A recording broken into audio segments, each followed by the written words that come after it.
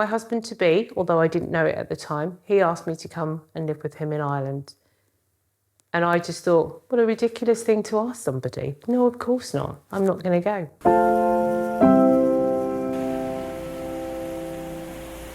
God calling me into a mission, I would suggest I probably didn't get the memo. And so I ignored all calls to come forward, step forward. So every opportunity to avoid was what I did. And so eventually, when I was nearly 40, I realised that my life wasn't quite going the way I expected it to. And I prayed. I went around to my home and I touched all the walls in my home and said, I'm going to have to hand it all over to you. I don't know what I'm doing.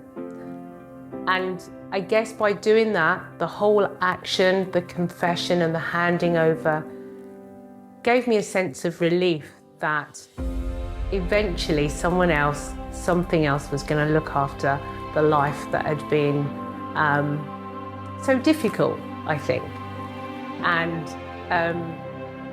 when that did happen, the relief was palpable.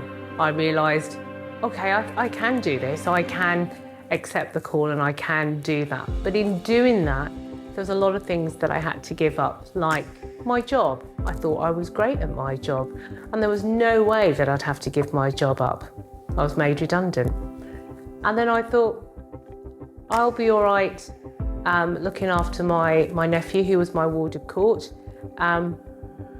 He was sent away and I didn't have that responsibility anymore. And then I thought, well, I can't go anywhere. I have to look after my house.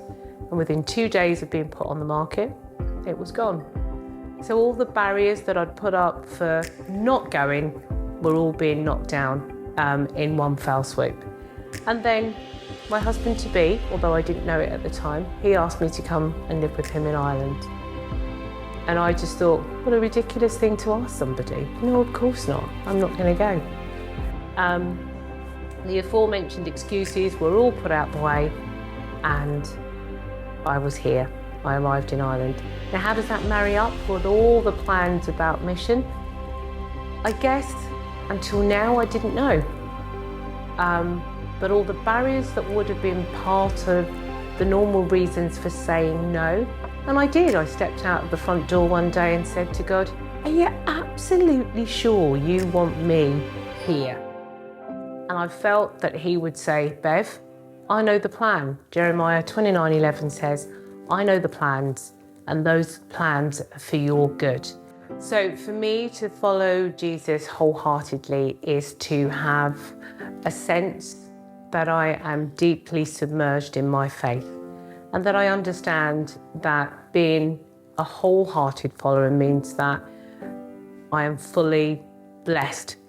So when you're asked about wholehearted, because wholehearted is such an old-fashioned word, but it's all about the whole experience of being submerged within your faith, your belief system, and how you feel that Jesus, the Lord, impacts on your life.